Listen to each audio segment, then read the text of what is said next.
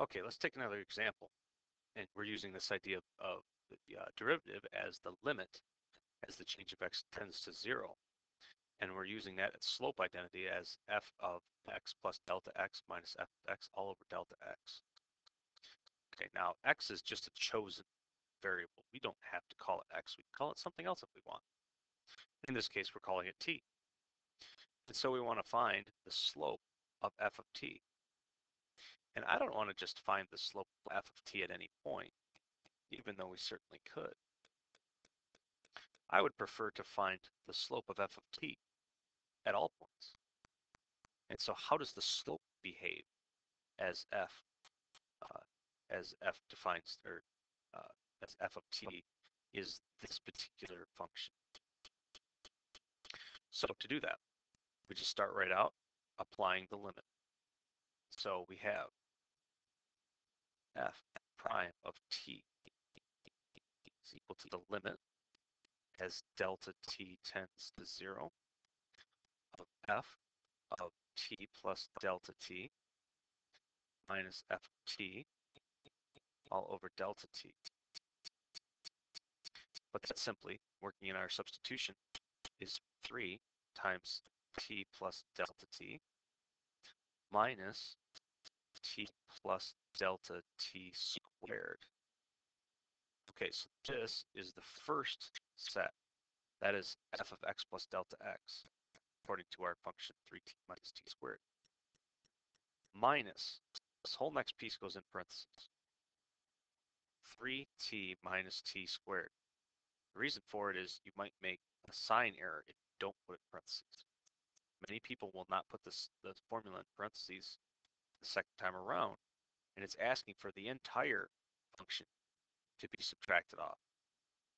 So that's all of delta t.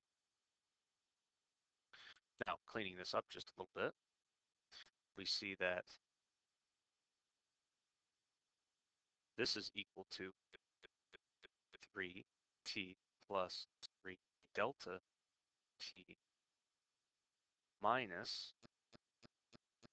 this is t squared plus 2t delta t plus delta t squared minus 3t plus t squared all over delta t.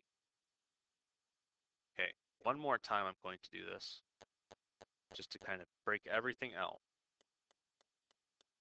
So I have 3t plus 3 delta t minus t squared minus 2t delta t minus delta t squared minus 3t plus t squared. All of that over delta t. This is delta t. Okay, so we've got a 3t here. We've got a negative 3t here. Those cancel.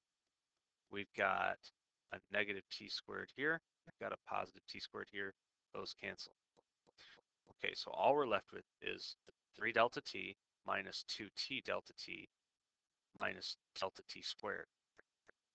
All right, so now for each one of these, I cancel out 1 delta t.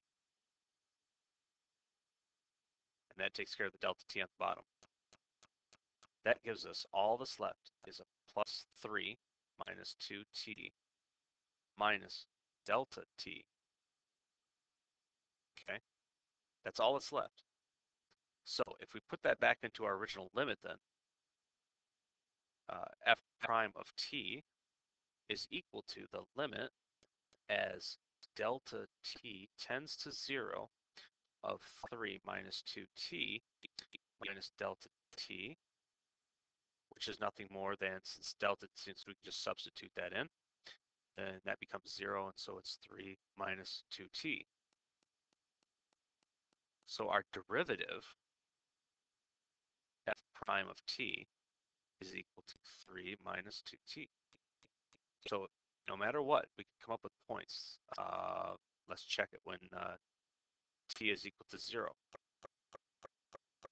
Okay, when t is equal to 0, then we have f prime of t is equal to 3. So whenever t is 0, then the slope of the tangent function is going to be 3. and we can generate that no matter what. So we say t is equal to 10. Well, f prime of t is equal to 3 minus 2 times 10, which is 3 minus 20, which is negative 17. So the slope at t equals 10 is negative 17. The slope is negative at t equals 10. And so that'll kind of function as an example of how we can find the derivative of a function. And then after we go through all that, we can simply start plugging in numbers. There are alternate ways to do it. I prefer this way.